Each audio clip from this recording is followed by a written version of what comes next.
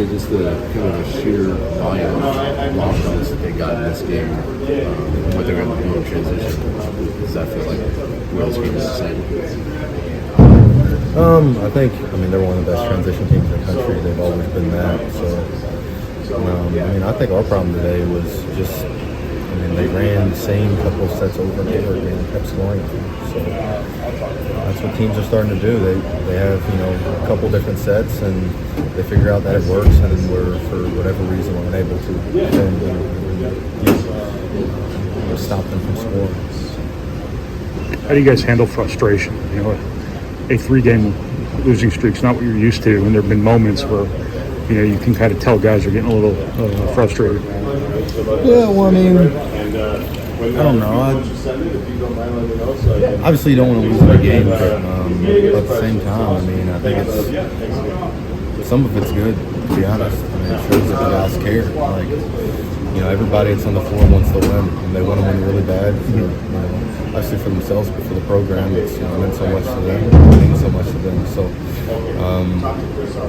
I like a little bit of it, but obviously you can't let it affect the game how you're playing, and you can't let it affect things. That's where the issue comes. But just the overall emotion, I like that. I like it. I like people getting a little bit mad. If they score 3 straight times in the same play, there should be people mad. That's not acceptable. But that's kind of what I was getting at is how do you keep your poise after situations kind of go sideways? After 3 games.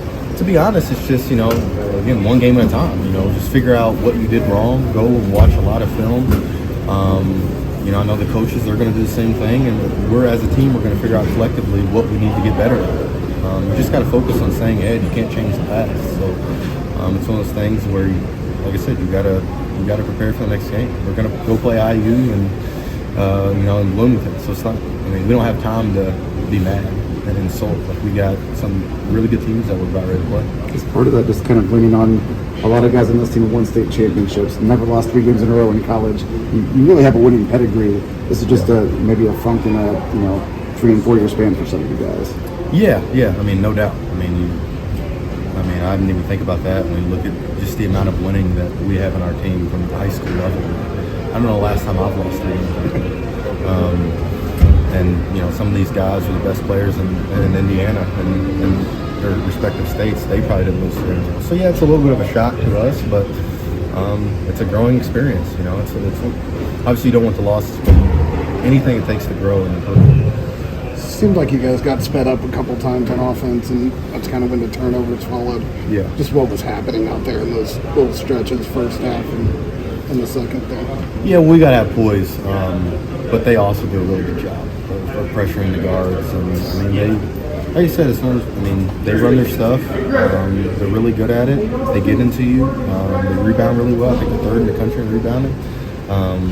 So they're a really good basketball team. They're in the Big Ten, race for 1 or 2, wherever they are, for a reason. They're a really good basketball team. But for us, we got to be poised, and we just gotta get back to running our stuff, with patience and unison.